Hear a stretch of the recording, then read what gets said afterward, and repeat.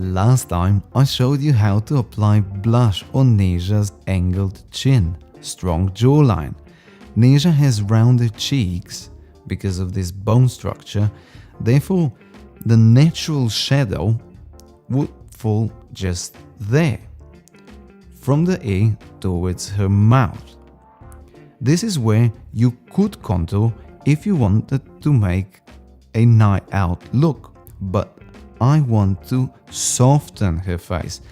Therefore, I want to push that jawline slightly more inwards, applying a dark concealer, contouring cream on the parts where the chin is, well, not chin, like jawline is most prominent, where it sticks out, but you really need to blend it well, concentrating the color where I applied it first and then blend it in the ears, in the hairline, because if you won't blend this well, especially if you would be wearing your hair up, this would look strange.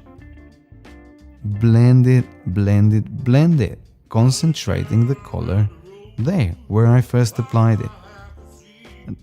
Doesn't matter how you blend it, don't look at my brush stroke that was that much. Just think about what you need to do.